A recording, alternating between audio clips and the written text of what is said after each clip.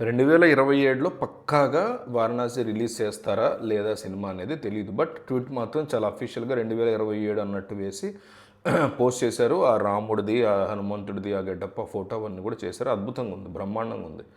అయితే చాలామంది ట్రోల్స్ ఏంటంటే 27 అంటే ఓకే ఆయన దృష్టిలో 28 అనమాట. ఎందుకంటే కనీసం ఒక ఏడాది పోస్ట్‌పోన్ మంత్ది ఉంటది కదా అని. సో 2027 మార్చ్ అంటే ఏ మంత్‌లో చేస్తారు? ఫస్ట్ మార్చ్ 5 చూసుకుంటే 2027లో 'స్పిరిట్' సినిమా రాబోతుంది ప్రభాస్‌ది. ఆల్రెడీ ఎప్పటినుంచో అది ఫిక్స్ అయిపోయింది.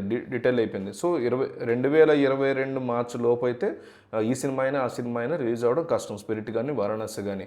సో మార్చ్‌లో 'స్పిరిట్' డెఫినెట్‌గా ఉంది. ఏ మంత్‌లో రిలీజ్ చేస్తారు 2027లో? మార్చ్ 'స్పిరిట్‌కి ఇచ్చేస్తే ఫస్ట్ నుంచి మార్చ్ 31 దాకా 'స్పిరిట్' తప్ప ఇంక వేరే సినిమా ఉండే అవకాశాలు అయితే లేవు. మార్చ్ అయిపోయాక జూన్ తర్వాత జూలై ఉంది. జూలైలో అయితే మాక్సిమం 'వారణాసి' సినిమా రిలీజ్ అయ్యే అవకాశాలు ఎక్కువ కనిపిస్తున్నాయి. 'స్పిరిట్' చూసుకుంటే 2027లో వాళ్ళు ఫిక్స్ అయ్యి కూర్చున్నారు ఆల్రెడీ. పాన్ ఇండియా సినిమాలు ఉన్నాయి, పాన్ వరల్డ్ సినిమాలు ఉన్నాయి, ఇట్లా చాలా సినిమాలు ఉన్నాయి.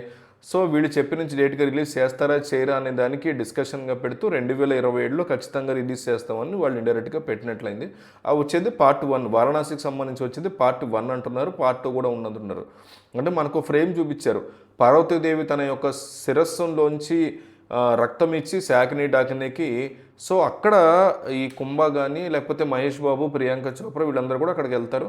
టైమ్ లైన్‌లో వాళ్ళు ఒక లూప్ ఉంటది. Time loop. ఆ టైమ్ లూప్‌లో వాళ్ళు పడిపోతారని అక్కడ నుంచి వాళ్ళు త్రేతాయుగంకి వెళ్ళి మహాభారతం దగ్గర రామాయణం టైంలో ఓపెన్ అవ్వడం. త్రేతాయుగం అంటే రామాయణం. సో ఇట్లా శ్రీరామచంద్రుడు రావణాసురుడిని, కుంభకర్ణుని చంపకుండా ఆగిపోయినటువంటి ఒక ప్రక్రియలోకి వీళ్ళు అదే టైంకి అక్కడికి రీచ్ అవుతారు అనేది ఇది నడుస్తుంది.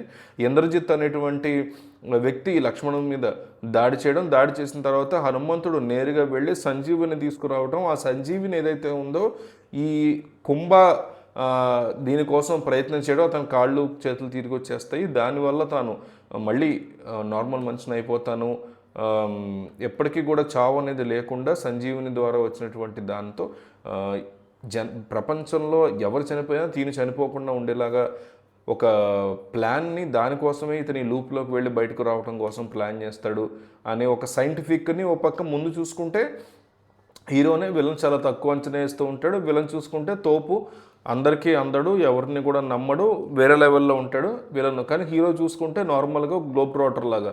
సో ఇట్లా ఒక బిగ్గెస్ట్ స్కెచ్ వేస్తున్నాడు. అట్లాగే హై లెవెల్లో మే అండ్ జూన్లో రిలీజ్ చేసుకుంటే కనుక భారీ ప్లాన్తో సమ్మర్ మొత్తాన్ని కూడా గ్రాప్ చేసుకోవాలి. ఎప్పుడు కూడా రాజమౌళి సమ్మర్ని ప్లాన్ చేసుకుంటాడు. ఎందుకంటే సమ్మర్లో సినిమాలు ఎక్కువ చూస్తారు జనాలు, సెలవులు ఎక్కువ ఉంటాయి.